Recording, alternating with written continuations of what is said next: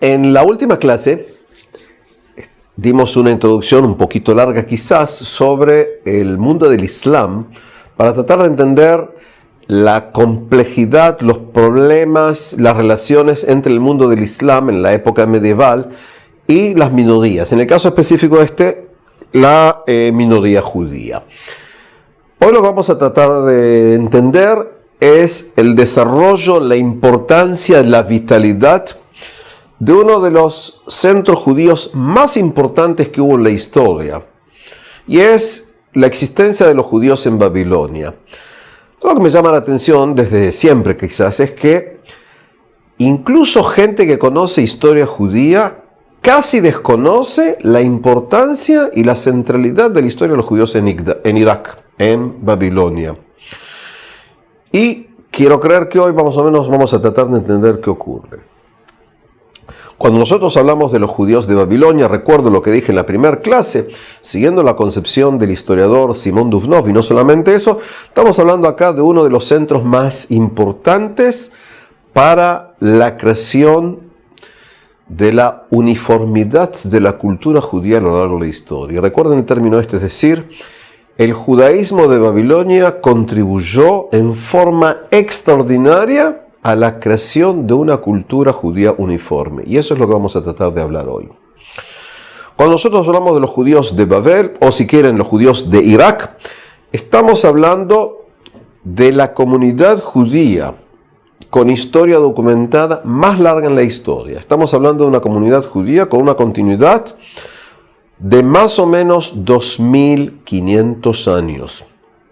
Para que entendamos, el comienzo de la comunidad judía en Babel o en Irak es más o menos hacia el año 597 o 586 antes de Cristo, y va a terminar cuando los judíos de Irak vengan a Israel en los años 50, poco tiempo después de haber nacido el Estado de Israel. Es decir, estamos hablando acá de una historia de más de 25 siglos continuos.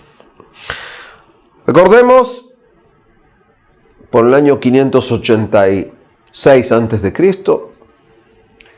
el rey caldeo, o el rey de los babilonios llamados Nabucodonosor, destruye el templo de Jerusalén y lleva a gran parte de la población judía de la época a Babilonia. Pasando unos años, un rey persa llamado Ciro va a sacar el decreto de Ciro que permite que todos los judíos que quieran regresen a la tierra de Israel. Y empieza lo que se llama el retorno a Sion, Pero aproximadamente el 90% de los judíos que vivían en Babilonia quedaron en Babilonia. Y según la tradición, que quizás es cierta, parte de los descendientes eran gente que tenían sus antepasados, incluso en la dinastía davídica. Estoy hablando de aquellos que eran descendientes del rey Jehoiaquín, del rey Joaquín, que fue llevado al exilio en el año 597, es decir, unos años antes de la destrucción. Fueron pasando los años y en lo que se llama la época del Segundo Templo, constantemente había relación entre los sabios que vivían en Babilonia y los sabios de la tierra de Israel. Se considera que algunos sabios, entre ellos quizás la casa de Hillel, tenía netamente orígenes en Babilonia. Recordemos, de Hillel luego de Hillel van a haber 14 descendientes, uno detrás de otro, van a ser los llamados presidentes del Sanedrín. En otras palabras, hay relaciones entre la tierra de Israel, los sabios de Israel y los sabios de Babilonia. Según la tradición, según el relato talmúdico, cuando llegaba y empezaba lo que se llamaba Rosh Chodesh, es decir, cuando empezaba un nuevo mes, se prendían fogatas, hogueras en las montañas y se iba llegando el mensaje desde la tierra de Israel hasta Babilonia para recordar que comenzaba el nuevo mes. En la época del Segundo Templo, había grandes sabios o distinguidos personajes de Babilonia que pedían ser enterrados en la tierra de Israel. Es decir, que hay un nexo constante entre los dos lugares. Pasa un poco el tiempo. Explicábamos en el primer curso de Historia Antigua que hacia el año 217 aproximadamente fue firmado acá en la tierra de Israel la Mishnah, es decir, ese compendio enorme, importantísimo, de todo lo que está relacionado con la ley judía, con tradiciones judías, que va a constar de 63 tratados.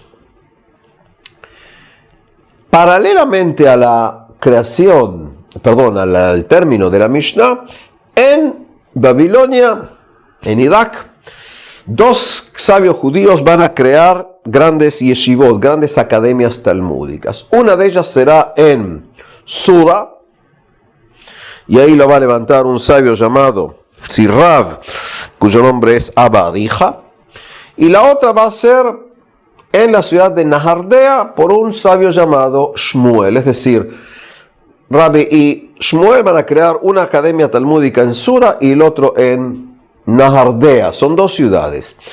La academia de Nahardea se va a trasladar a Majosa, y de Majosa se va a trasladar a Pumbedita. Y por eso es que vamos a estar hablando de las dos grandes academias talmúdicas, una es Sura y la otra es Pumbedita.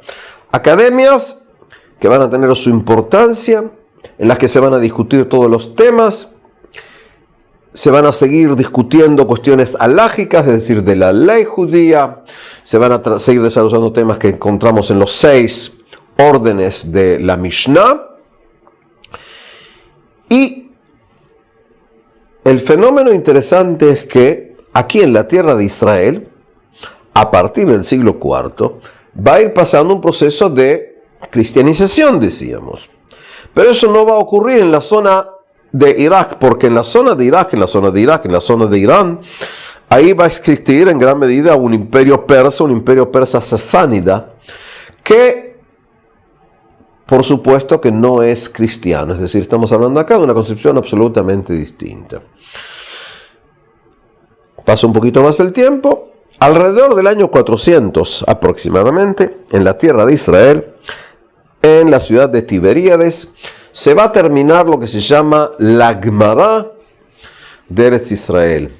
Es decir, ahora la Mishnah más Gemara lleva Talmud, es decir, el Talmud jerosolimitano, se va a llamar jerosolimitano porque sigue la línea de las academias de Jerusalén, se va a terminar aproximadamente en el año 400 en la ciudad de Tiberíades, en Tveria. Entonces tenemos acá el Talmud Yerushalmi, el Talmud de Jerusalén. Mientras que se sigue dando el desarrollo en las academias talmúdicas babilónicas, y allá por el año 500 aproximadamente, se va a firmar, se va a determinar el Talmud babilónico. Recordemos esto, hacia el año 500 aproximadamente, se termina de recompilar el Talmud babilónico. En otras palabras, tenemos dos Talmudes, si queremos decirlo así en español. Tanto el Talmud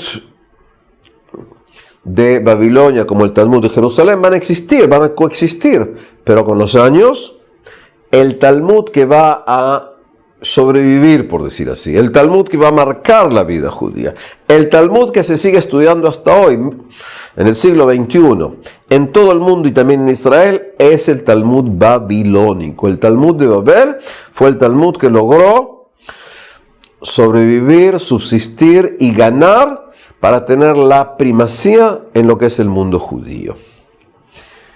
El Talmud, que se va a escribir en Babilonia, está escrito básicamente en arameo, en ese gran idioma, el importante idioma que, por decir así, era un idioma internacional de la zona. Y el Talmud babilónico, por ser escrito fuera de la tierra de Israel, va a ser el Talmud que más va a ayudar, más va a permitir a los judíos continuar con su vida en el exilio, en lo que se va a llamar en la Galut, en la Golá.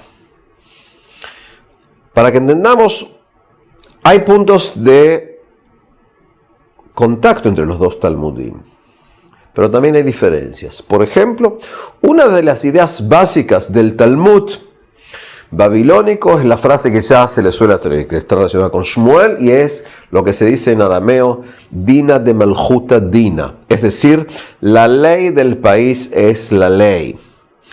Esta es una concepción netamente del Talmud babilónico por ser un Talmud del exilio, de la diáspora. Y la ley del país es la ley, quiere decir que yo como judío viviendo fuera de Israel debo vivir al mismo tiempo con la ley judía y la ley del país en que vivo. En otras palabras, debo ver de qué manera llego a conciliar estas dos concepciones. ¿De qué manera puedo conciliar mi identidad y mi estilo de vida judío relacionado también con la tierra de Israel con la realidad cotidiana del país en que vivo? Y esto, por decir así, es una de las llaves que nos van a permitir quizás entender el secreto de la continuidad judía a lo largo de la historia. El Talmud de Babilonia. En las diversas yeshivot. ¿Quiénes son los judíos que viven en Babilonia? ¿Qué hacen los judíos que viven en Babilonia?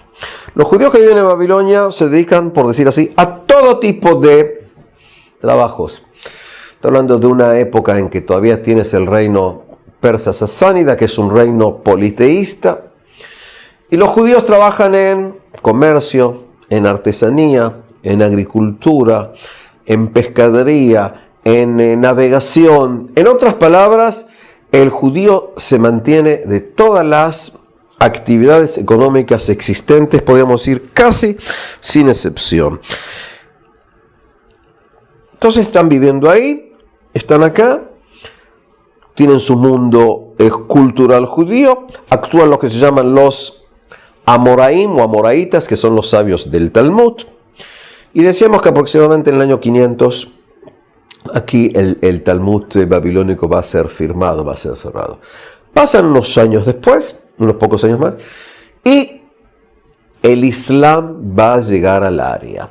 Explicábamos en la clase anterior que va a ser el segundo califa del mundo del Islam, Omar ibn Khattab, el segundo califa, que es Omar I, que dijimos que él está al frente del mundo islámico desde el año 634 al año 644. Este hombre va a llegar a la zona, este hombre va a conquistar, y este hombre, Omar, según fuentes, básicamente fuentes judías, cuando llega a la zona y conquista la zona de lo que sería Irak, va a tomar para sí una serie de mujeres, pero también va a tomar a una princesa de origen persa y se la va a dar a un señor llamado Bustanai. Y Bustanai es el nombre del primer exilarca que nosotros conocemos, que está aquí en la zona de Babilonia bajo el régimen musulmán. Exilarca. Exilarca es en español lo que se llama en hebreo Rosh Galut o en arameo Reish Galuta, el jefe o la cabeza del exilio, y por eso se va a traducir exilarca. ¿Quién es el exilarca? ¿Qué tipo de instituciones tenemos aquí en la zona de Babilonia? Pues bien, varios puntos a tomar en cuenta. Primero, si cuando viene Omar, una de las princesas, él la entrega como mujer a Bustanai, implica aquí dos cosas. Una, que este hombre reconoce la importancia del exilarca judío, y juntamente con eso hay un acto, podemos decir así, de desprecio hacia la población persa, porque tomas una princesa persa y se la das a este exilarca judío. El relato este es muy importante, y evidentemente que el acto eso tuvo una cuestión real. ¿Por qué explicamos esto? Porque durante por lo menos 2 siglos, cada tanto, cuando hay que escoger al nuevo exilarca, surge la pregunta: si Bustanai tuvo hijos con la princesa persa, cuyo nombre no figura en ningún lugar, antes de convertirlo al judaísmo, después de convertirlo al judaísmo. Porque si el primero la convirtió al judaísmo y luego ella dio a luz, quiere decir que sus niños eran netamente judíos. Si tuvo con ella niños y no estaban convertidos, hay acá una serie de problemas. Es decir, esta cuestión surge durante más o menos 200 años cuando hay que escoger o cuando va a ser nombrado un nuevo exilarca. Entonces, para entender que el relato este de Omar que entrega a una princesa persa es de suponer que es un relato verdaderamente cierto. ¿Quién es el exilarca? ¿Qué rol ocupa el exilarca? Pues bien, está discutido cuándo empieza el título de exilarca o Rosh Hagolá a existir. Fin de época del Segundo Templo, poquito después. Las fuentes no son muy claras, pero podemos decir lo siguiente. El Rosh Hagalut, es decir, el exilarca es el, comillas o sin comillas, el rey de los judíos en el exilio. Es el jefe de los judíos que está en el exilio. Y el jefe este de los judíos es, por decir así, el líder político más importante de todos los judíos en el ámbito del mundo musulmán. En otras palabras, si estamos hablando de la existencia del califato de Damasco y luego el califato de Bagdad, el judío, el exilarca es el número uno, el que representa a todos los judíos ante el gobierno musulmán. Según una tradición judía que también aceptaron los musulmanes, el exilarca es de la dinastía del rey David. Es decir, por ser descendiente de Joaquín, que es descendiente del rey David, el exilarca es un representante ante el gobierno que es descendiente del rey David. Ahora, como David, el rey David, es considerado por el Islam como Daud, uno de los profetas, tienes aquí una importancia. ¿Qué hace? ¿Cómo vive este hombre? El exilarca es, decíamos, el representante de todos los judíos ante el gobierno del califato. Y cuando se va a ir fundando la ciudad de Bagdad, que se va desarrollando a partir del año 762, cuando viene la dinastía de los abásidas, el exilarca que hasta entonces básicamente residía en la ciudad de Suda, ahora va a pasar a Bagdad. Es decir, en la ciudad que está el califa, que está el gobernante máximo del mundo musulmán, en la misma ciudad reside el exilarca judío. El exilarca judío vive similar a como vive un rey. Tiene palacio y tiene un harén, es decir, tiene muchas mujeres. Vive en una forma de una ostentosa fastuosidad. Según los relatos judíos, una vez por semana, el día jueves, el exilarca sale de su palacio y va a visitar al califa. Cuando, como el exilarca está siendo llevado por gente con armas, ellos van por las calles gritando, dejad pasar al rey de los judíos. Es decir, según los relatos, los días jueves, el califa recibe al exilarca, el rey de los judíos en exilio. El rey de los judíos en exilio, el exilarca, tiene entonces palacio, tiene un harén en el que tiene sus mujeres. Él es llevado en carruaje al visitar el califa. Cuando este individuo está en la sinagoga, él no sube a leer la Torá como hacen los judíos, sino que a él se le lleva la Torá para que él lea en su lugar. Esto que es algo casi imposible de entender, es según las fuentes judías. Es decir, que se le rinden honores, se le rinde pleitesía. El exilarca recibe dinero porque tiene todo tipo de propiedades. El exilarca toma a su cargo también a las viudas, a los huérfanos y a los niños bastardos. Esto es parte de sus atribuciones. Él tiene que dedicarse a ayudar a esta gente. Él es el que luego tiene que confirmar la elección o el nombramiento de los llamados Geonim, de los que van a ser los rectores de las academias talmúdicas. De eso vamos a hablar después. Es decir, él tiene que confirmar la elección de un nuevo Gaón, de un nuevo rector o de un nuevo, como digamos, presidente de la universidad, de la academia judía. Él va a interferir también en los nombramientos de Dayanim, de jueces en todas las zonas del califato. Evidentemente que no conoce a los jueces que están a 300, 500, 600, 2000 kilómetros de distancia, pero a nivel formal él debe confirmar el nombramiento de dichos jueces.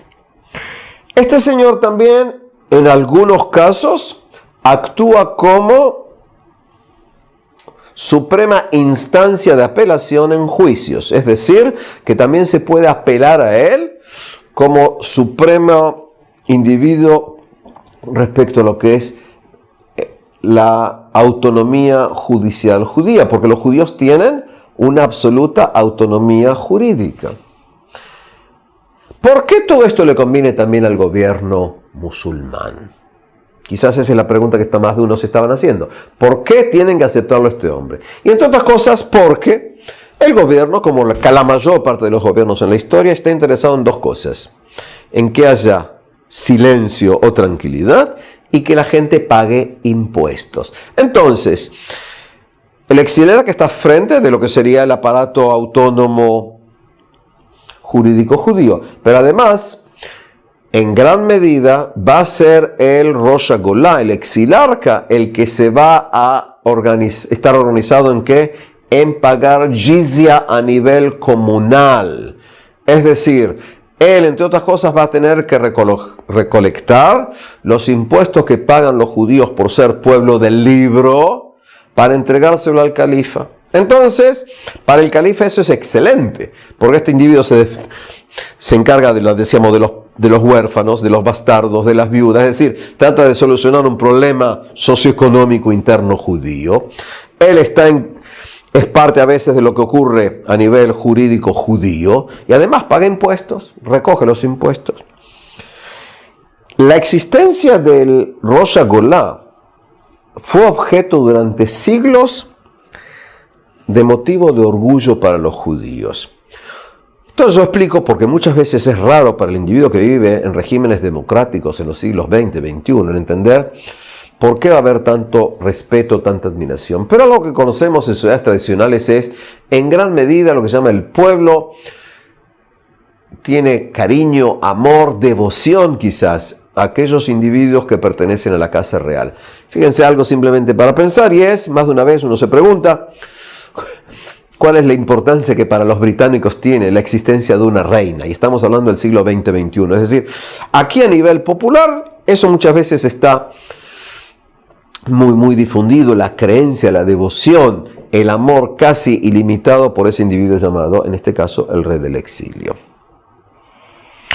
Es decir, tenemos acá un individuo que se llama el exilarca. Cuando el exilarca muere, el nuevo exilarca será escogido entre sus descendientes. Y eso, por supuesto, lleva a toda una serie de problemas de lo que hoy llamaríamos intrigas palaciegas, porque es tomando en cuenta que el Rosh HaGolah, que el exilarca tiene un harén, entonces tiene muchos hijos. Y si tiene muchos hijos, ¿cómo determina cuál de ellos va a ocupar su lugar? Y acá vamos a ver una cuestión de preferencias, juegos internos y demás. En otras palabras, estamos hablando acá. Ahora, el puesto que se llama el cuestión de exilarca desaparece en algún momento, tenemos un problema de fuentes allá por el siglo XI, quizás por el siglo II. Es decir, pero la institución existe durante varios siglos. Y esto está relacionado ¿qué? Con el judaísmo de Babel, si queremos así, el judaísmo de Irak. Esto es un punto. Además de la institución esta tan importante, tenemos dentro de Babilonia otra institución también muy, pero muy importante. Y la institución más importante se llaman las yeshivot, o en arameo, metivta. Metivta es en arameo, yeshiva es en hebreo. El término va a ser una academia talmúdica. ¿Y qué es una academia talmúdica? ¿Qué es una yeshiva? Podríamos decir que una yeshiva es una institución de educación superior en la cual se prepara a los estudiantes en una sola área, y el área es el mundo de la halajá, la ley judía. Eso es válido también para las yeshivot que existen hoy en día en Israel y en otros países. Es decir, básicamente se estudia una cosa, se estudia Talmud, y básicamente se estudia Talmud para que el individuo que esté ahí y egrese de ahí sea especialista en lo que se llama el mundo de la ley judía, el mundo de la halajá.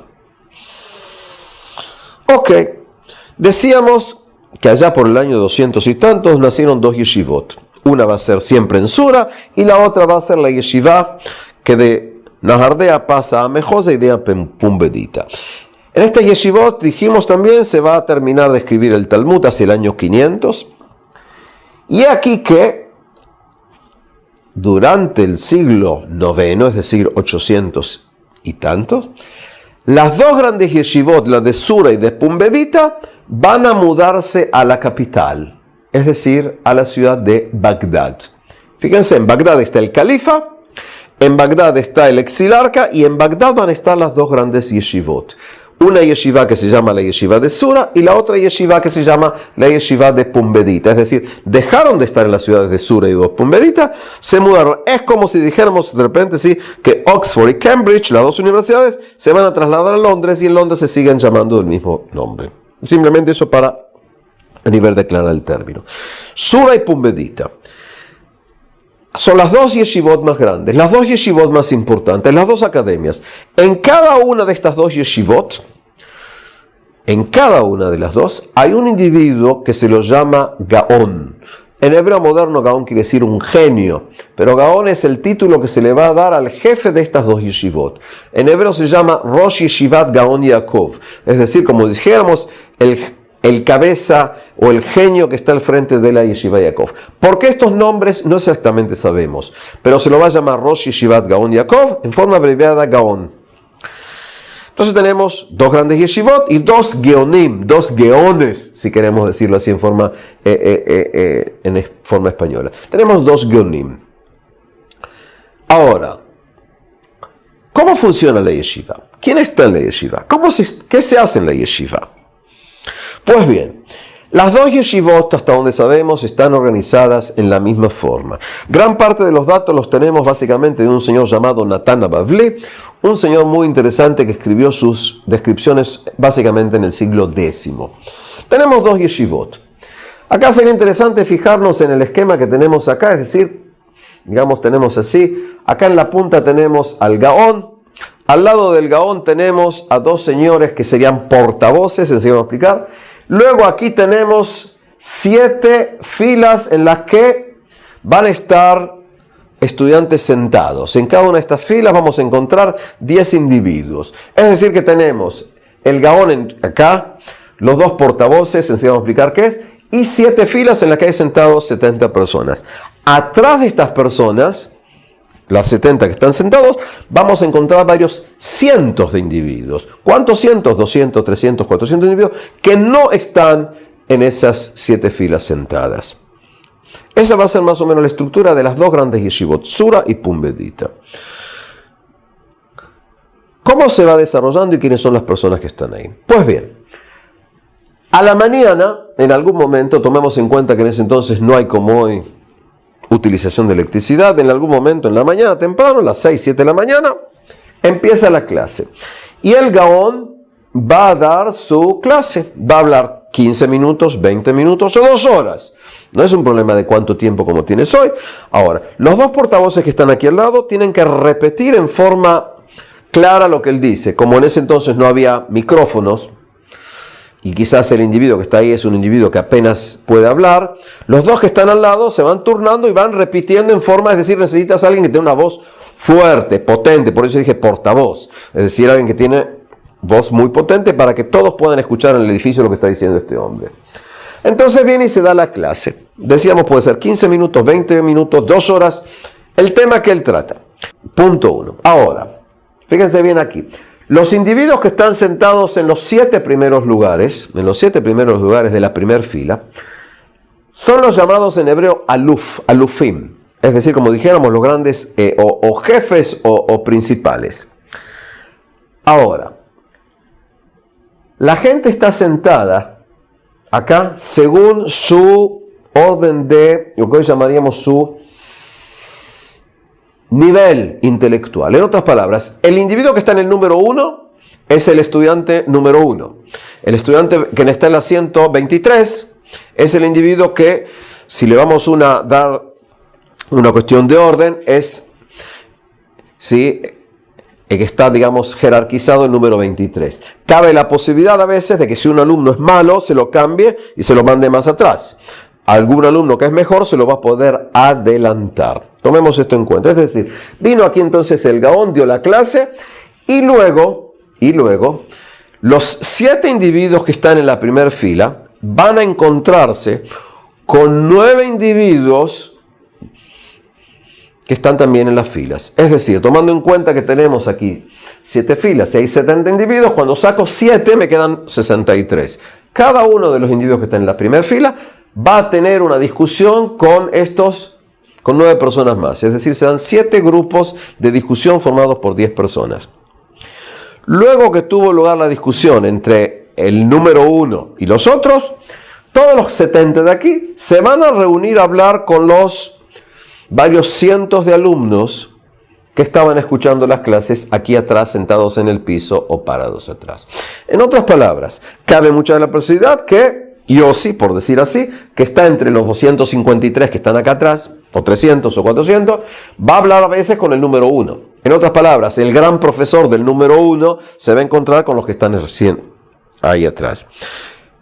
Y eso lleva a que hay un contacto constante. Acá tienes un diálogo. Acá tienes el hecho de que el gran profesor va a hablar con el muchacho, el individuo que está en las filas posteriores.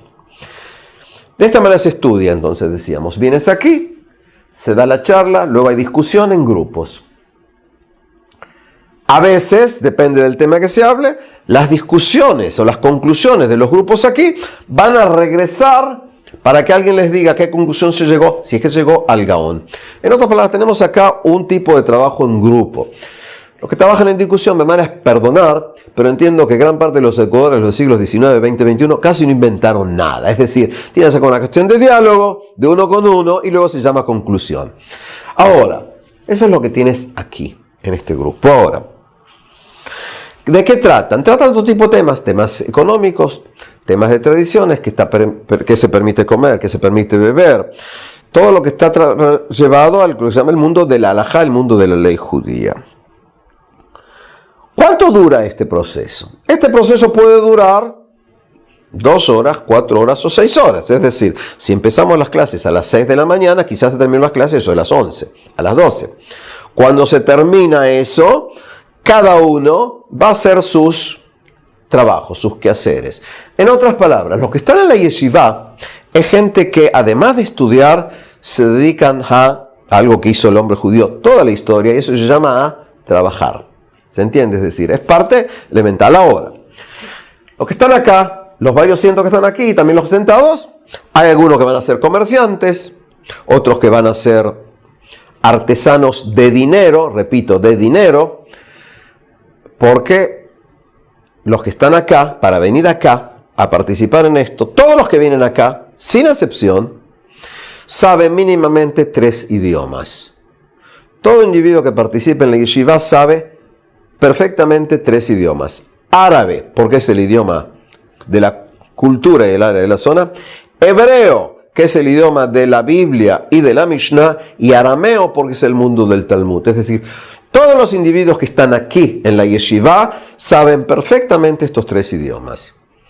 Eso implica que los que participan no son cualquier judío. Son judíos que, desde que eran niños, les enseñaban estos 3 idiomas. En otras palabras, ¿sí?, no estamos hablando nuevamente del zapatero judío o del artesano judío cualquiera. Estamos hablando de gente que ha recibido una educación que le permita el contacto con textos.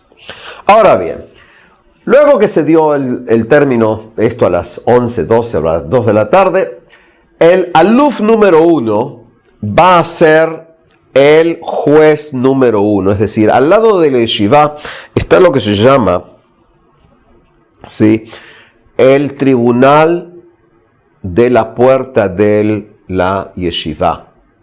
Es decir, lo que se llama así, este va a ser la yeshiva de lo que vamos a tener. Es decir, va a ser lo que se llama así, el tribunal que está relacionado con la yeshiva. En otras palabras, es como si dijéramos que el aluf número 1 es el presidente de la Suprema Corte de Justicia, por digamos así. Y gran parte de los otros que están acá son rabinos, son maestros, hacen todo tipo de actos. Ahora, cuando el Gaón muere, se reúnen los sabios y van a decidir quién va a ser el nuevo Gaón, el nuevo rector, el nuevo presidente de la academia.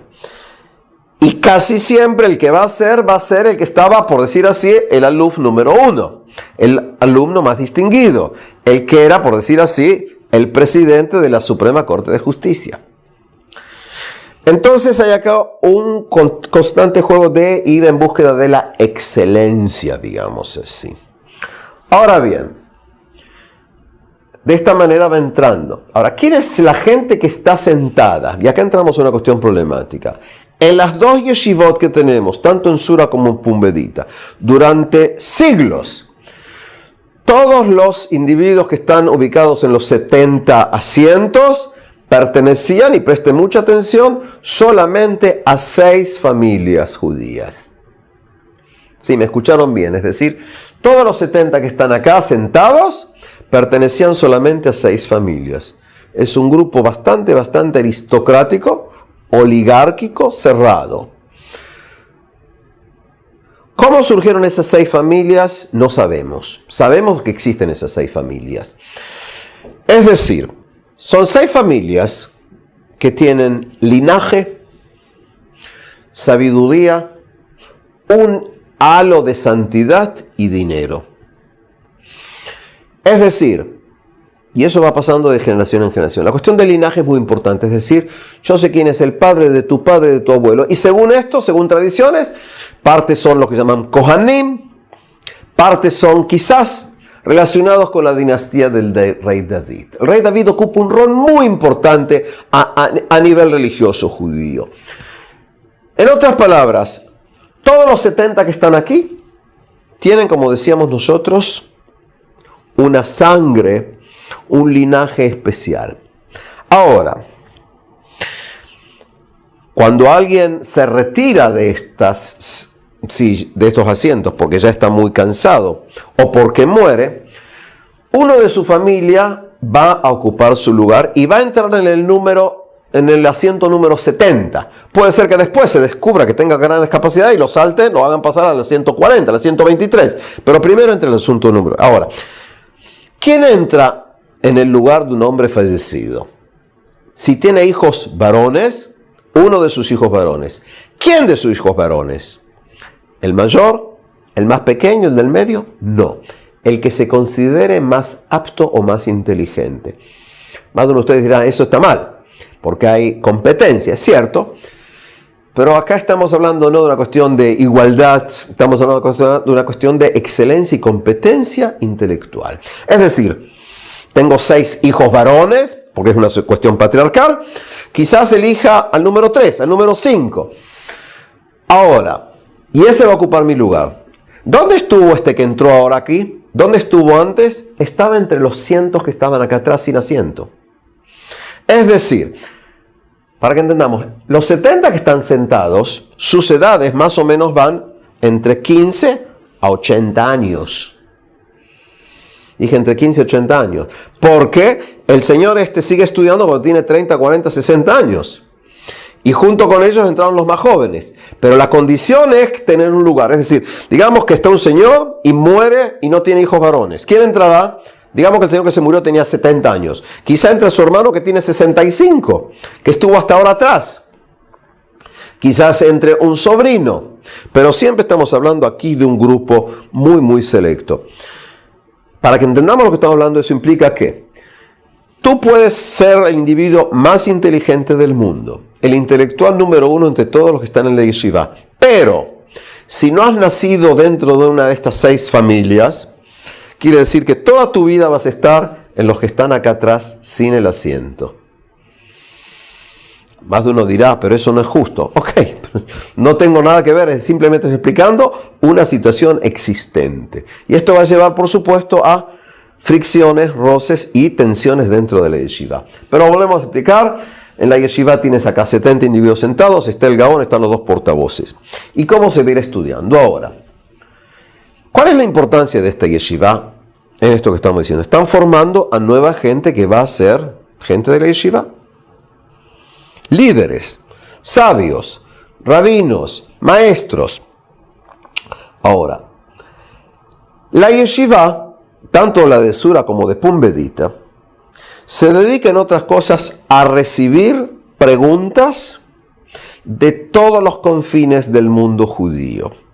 Por ejemplo, digamos que vivo en Toledo, y como el año es el año 750, Toledo es netamente una ciudad musulmana, si escucharon bien, musulmana, porque como en el año 711 los musulmanes entran a la península ibérica, durante siglos Toledo estaba bajo el Islam. Toledo estuvo bajo el Islam, por ejemplo, hasta el 6 de mayo de 1085, es decir, más de 374 años, para ser exacto. Ahora, no más, es decir, estoy en Toledo, estoy en Fez, Fez es en Marruecos, y mando una pregunta al sabio judío, al Gaón, que está en Sura o en Pumbedita. Tanto en la época estaban en Sura y Pumbedita como en Bagdad. Ahora, les mando una pregunta. Junto con la pregunta mando un dinero, porque quiero contribuir a la existencia de esa academia. Y muchas veces las cartas estas las llevan, ¿quién? ¿Se acuerdan? Quizás algunos de los radanitas u otras personas. Es decir, porque no hay correo como hoy. Es decir, se van llevando ahora. El Señor sale con una pregunta. Llegó a Bagdad. A veces ocurre que desde que el Señor mandó la pregunta y recibe la respuesta puede pasar no mucho tiempo, 3 años. Sabemos a veces que desde que mandó la pregunta hasta que recibió la respuesta pasaron 3 años. Bueno, ¿qué puede hacer? La pregunta llega a la yeshiva. El Gaón, el jefe de la yeshiva, abre la pregunta y da el tema aquí al ser consultado. Los sabios que están aquí sentados, los que están parados, dan su opinión.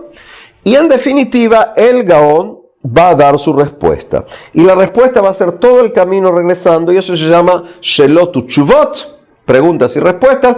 En latín, una es responsum, muchas es responsa. Ahora, generalmente se va a dar la respuesta en lo que se va a llamar Yarhei Kalá, que enseguida voy a explicar el término este. Es decir, el mes de la Kalá. No se sabe exactamente por qué se llama así, enseguida vamos a ver el término. Es decir, el señor de Toledo, de Fez o de Rabat o de donde sea, manda la pregunta, luego de unos meses recibe la respuesta, puede ser meses o puede ser 1, 2 o 3 años. Ahora, acá en la yeshiva, que se va a consultar por tema halágico, se va a la respuesta. Ahora, ocurre que 2 veces por año, en los meses según el calendario hebreo, en el mes anterior a Pesach y en el mes anterior a Rosh Hashanah, es decir, antes de la Pascua judía y del Año Nuevo judío, es decir, en el mes de Adar y el mes de Elul,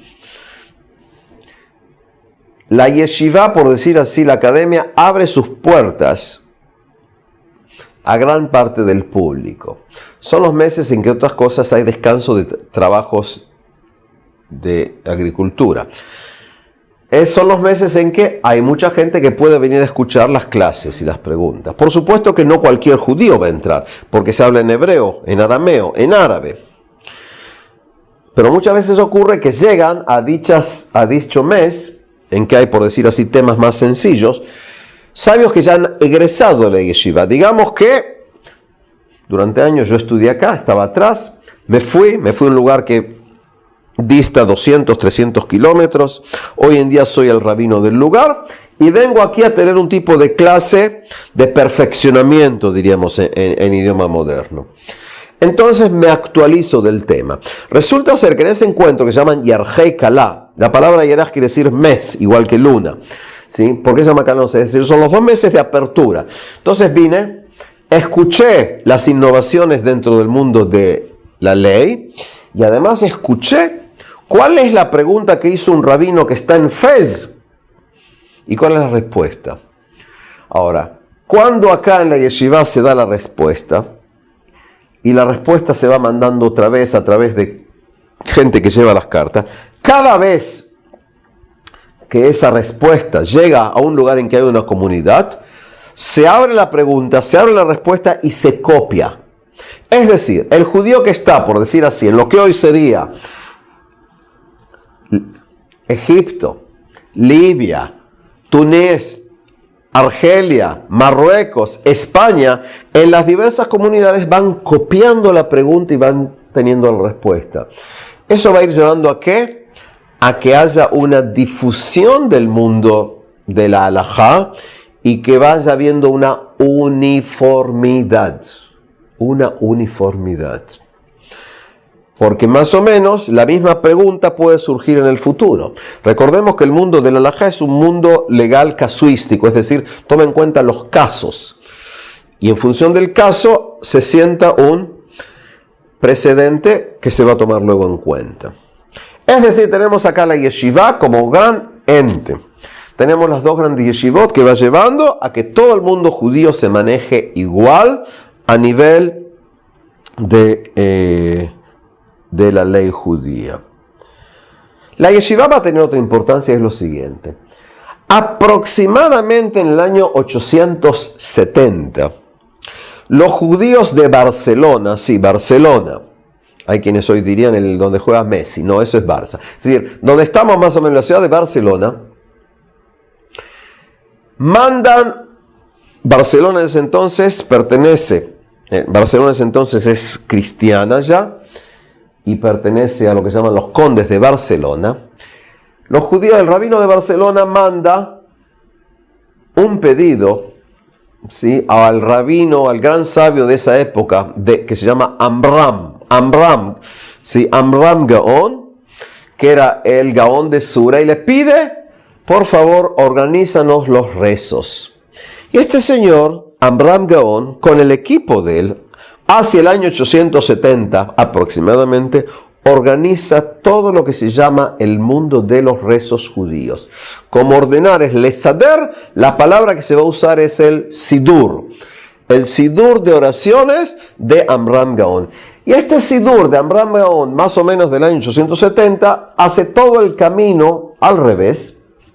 Regresa por todo el mundo musulmán hasta Barcelona cristiana.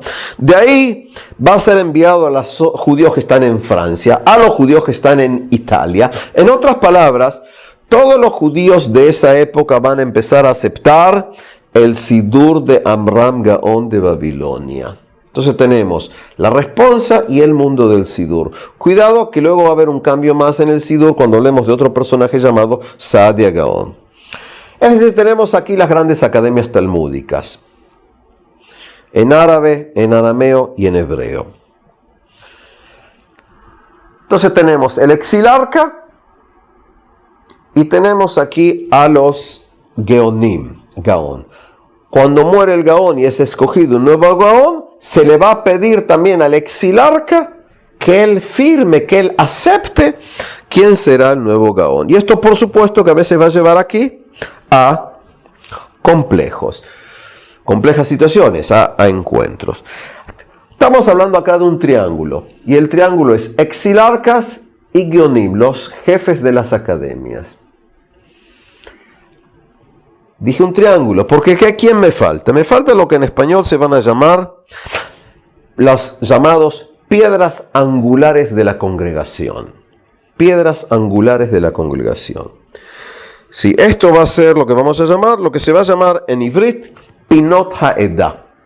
Es decir, los que están ahí en el punto. ¿Quiénes son esta gente llamados Pinot Ha'edah o piedras angulares de la comunidad?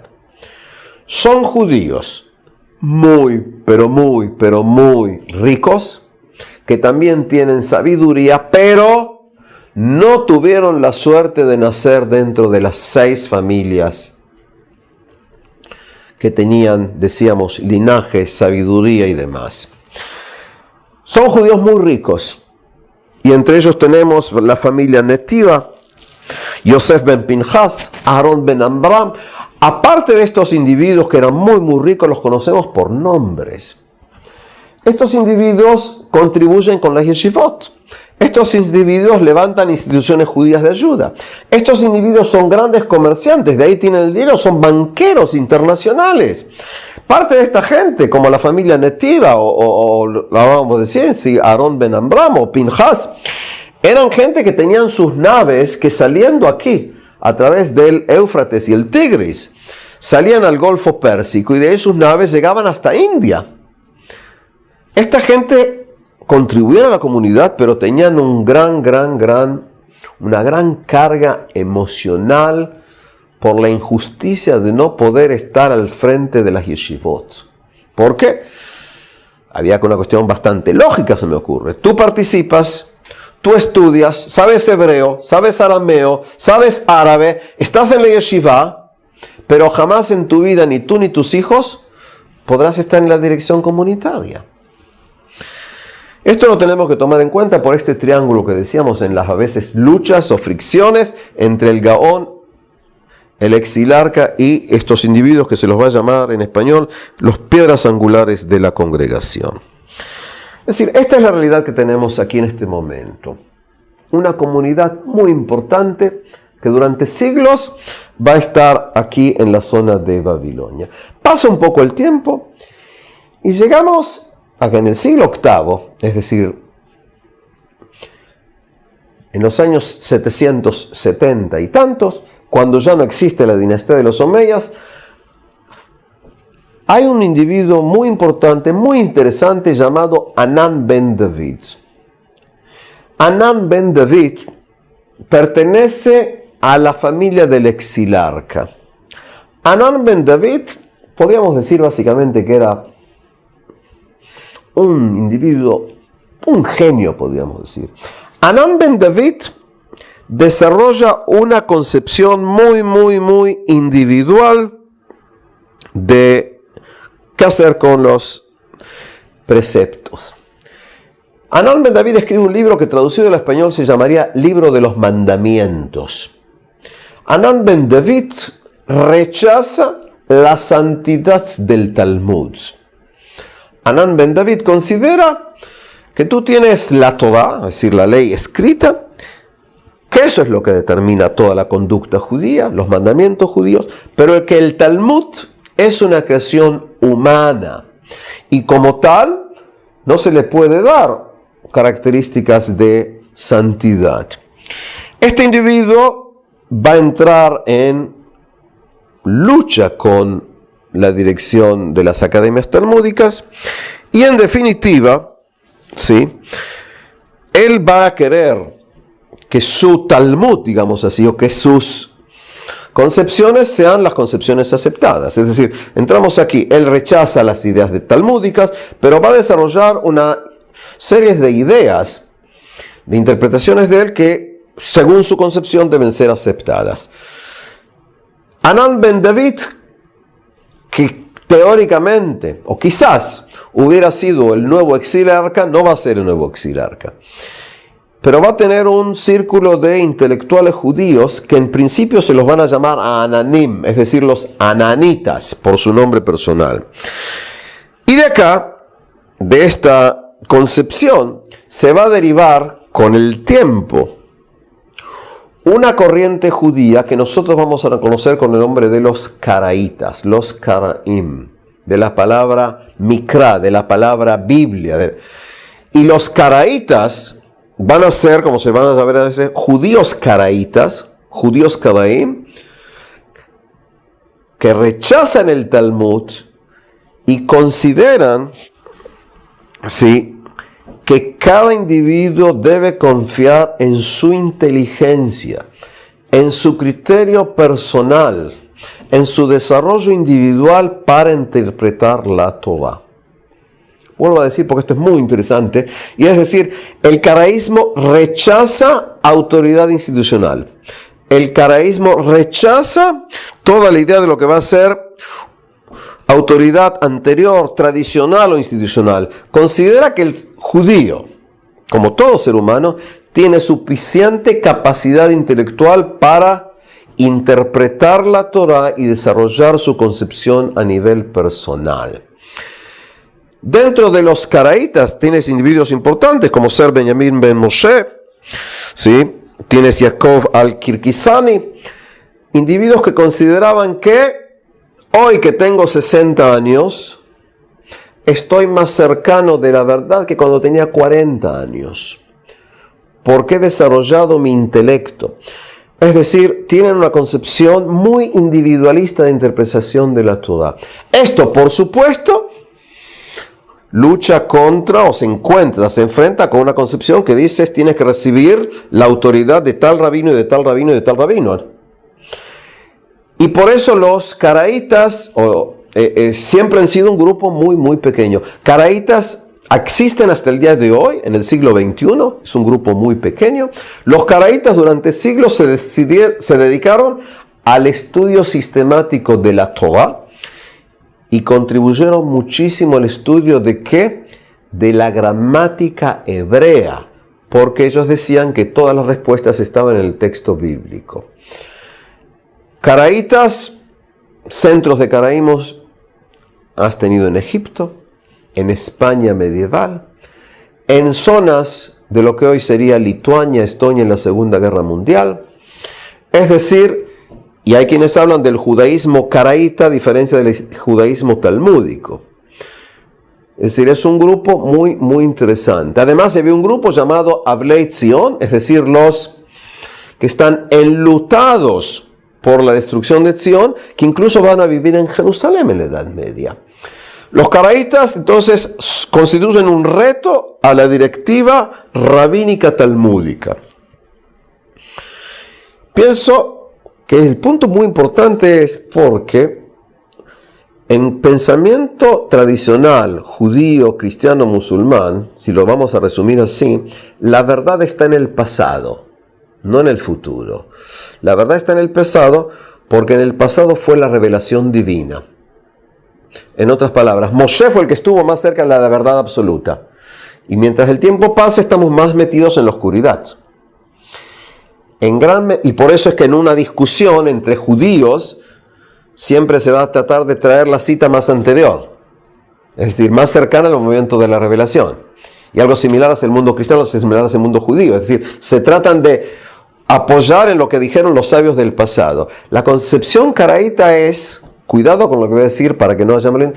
Como decir que es, mientras más pasa el tiempo y más tengo desarrollado mi intelecto, más me estoy acercando a la verdad. Y hoy, por eso decía que tengo 60 años, rechazo lo que creía cuando tenía 40.